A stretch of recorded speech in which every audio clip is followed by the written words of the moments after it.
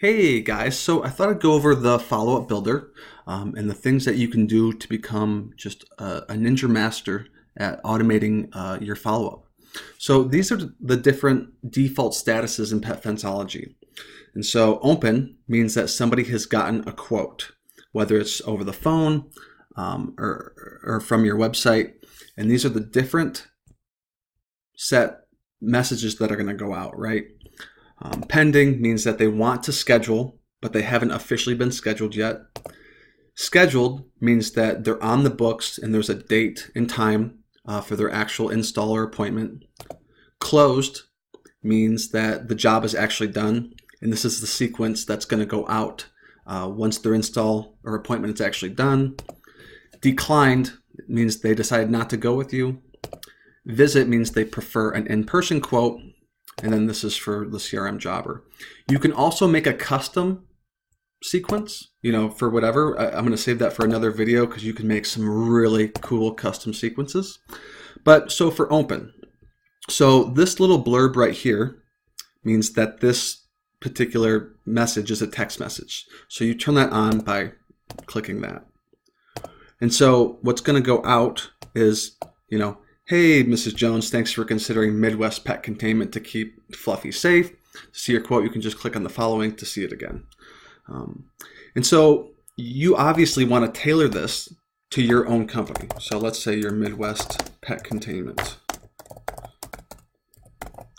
And so after they actually get a quote from you or over your website, you can set this up to go out, after 5 minutes, after 15, an hour. Or 1 hour after they fill out the form. And so to turn that on, you click on that. So that's going to go out. That means it's an email, and that says thanks for considering our company to keep. And so this is interesting. So that says alternate phone. What we're going to do here is we're going to put in address 1. And so if you go up into the form, actually, let me save this before I get out.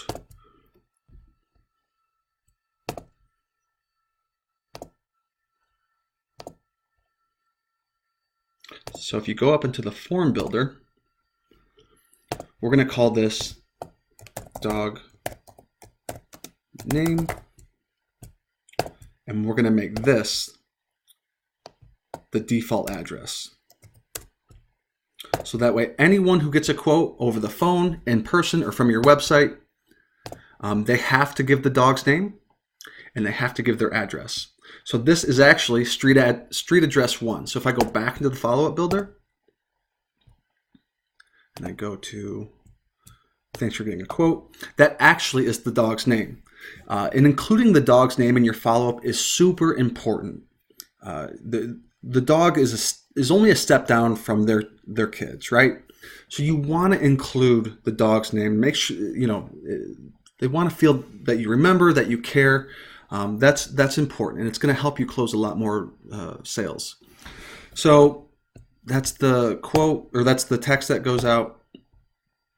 And you can set these for once a week, once every day. This one goes out 2 days after the status is started. And you can say who this is from. So if you go into the company profile, so if you've got an office manager or a virtual assistant, so let's say, let's create let's say you have an office manager, we'll call her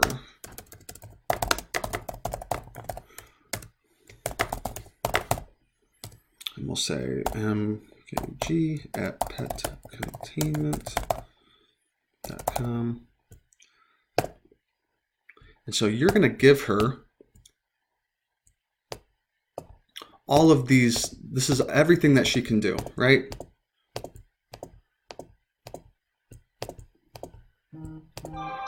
But the important part, and really you want to go through these and decide what you want to trust that person with. And this will allow her to receive system event notifications, the daily digest, and it's really going to give her, she's going to know what's going on every day. But when you set up this person, what's going to happen If you go back into the follow-up builder, whoever gets this email, you can set it up so that it's coming from your office manager, right? And you can set up, her own custom email that's going to go out every time. And if they respond to this email, that you can set it up so that it responds to her own email and to yours as well, or whomever's. But that's going to give them a lot of control, and it's going to allow you to really delegate stuff to them. So we're going to turn all of these on. And these are just basic templates for you to use. This one says admin follow-up. You can call it,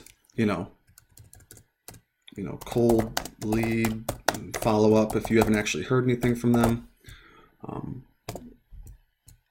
So that way, in 1 week, Mary Catherine is going to have to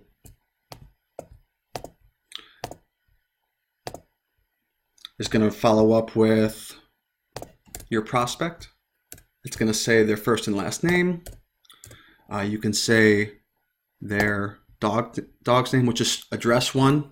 The way we have it set up, they got a bid back on whenever.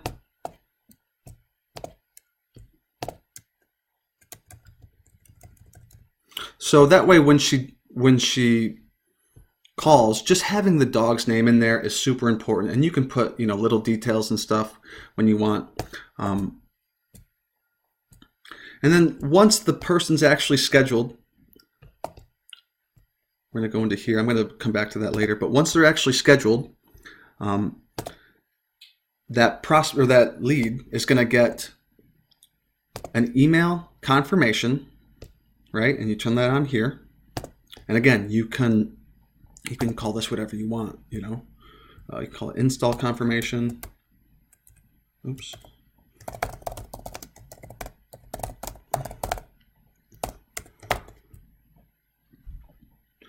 You can have, as soon as the job is installed, so if there's a guy in the field who schedules this, if it's a salesperson who does an in-person quote, you can have it so that as soon as the job is actually scheduled, that your office administrator or whatever is going to get notified to call and get the underground utilities located for, whatever the job is, where it's at and all that stuff. It's going to have all of that customer's information. That is a huge time saver. No more showing up to jobs where, the cable hasn't been marked. Those things are going to be totally covered. You can set this up, to see you, 7 days out from the appointment. And so, yeah. Turn all of these on. And you can add a step, create your own custom one. So let's say the day before. So appointment reminder. So what we're going to do is, what should the step perform? We're going to send an email for,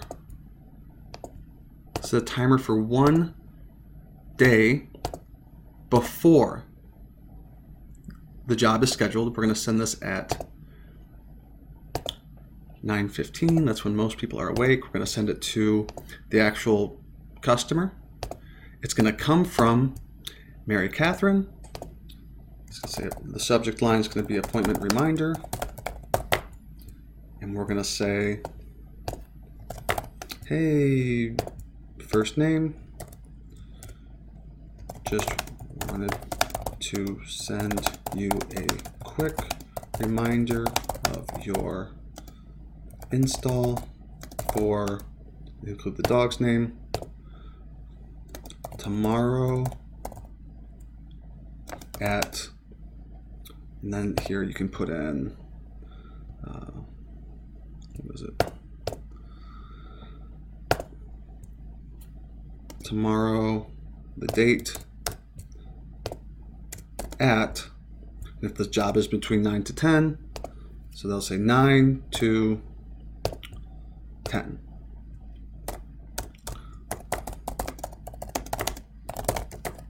And then you can put like a little email signature in here. So this is going to way cut back on your customers who miss appointments. So this one is a email. You can set it as a text. You can set it as whatever. And you can set this to go out at 11 o'clock, 3 o'clock, 4 o'clock, however you want to do it. So I'm going to save that just because we just put all that effort into it.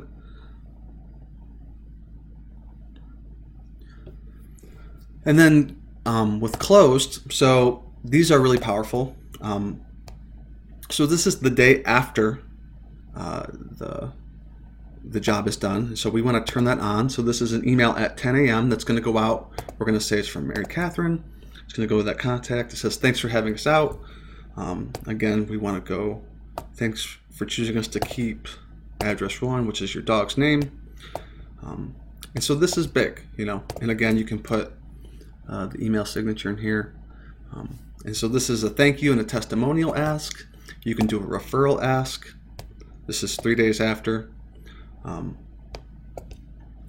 If you have them who are on a battery plan, so you know, we know in 9 months when that last battery goes out that you know, they're going to need to be reminded. So you can remind them and remind your customer, but you can also remind yourself. You know, to either make a phone call, follow up, or however you want to do it. And if they have anything that's, you know, repeat, you can do that here.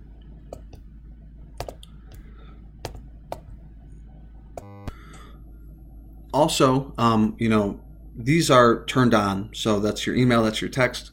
Whenever you're giving a quote, whether it's in person or over the phone, you need to decide whether to opt your prospect in for emails and text. So if this is the call screen, this is what you're going to see. If it's an in-person quote or it's over the phone, you know, you fill out all this stuff. And, you know, one last thing, can you correspond with them via email? Can you correspond via text? If they say no, this text will not go out. It automatically will not go out, right? If they say, you know, yes to the text and no to the email, the only follow-up they're going to get through you is going to be this text. So it's good to mix and match. Have a couple sequences that go out that include the text message. And everyone uses text. Everyone's got a cell phone. So don't be shy about using the text. One other thing is that in your company profile for your users, so here's Mary Catherine. So all of the emails that get sent out are going to come from our servers. And so sometimes with, you know, any sort of mass email company like MailChimp or whatever, I can't think of any others, but what can happen is it's showing it's coming from your email address, but certain email providers like Yahoo know that it's coming from an email service, and so they will automatically send your follow-up email to the trash or to spam. One way around that is you can use your own email servers, and so you'd enter your username and log in, and it can be a bit of a pain in the butt, but if that's the route you wanted to go, you could do that. And so one other thing is that when you're setting up your follow-up builder, you want to choose a phone number that, and I'm going to delete this, but you can choose a phone number that all of your texts that are sent out will come from. So let's say, you know, office number. And we're going to say 616. And, you know, any number that comes, anyone that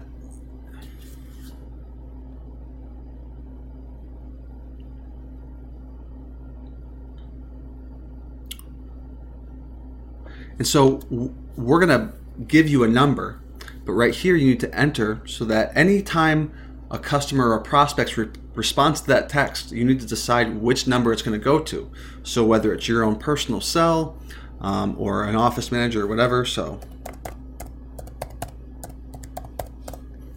every time a prospect or lead responds to a text, it's going to go to this number.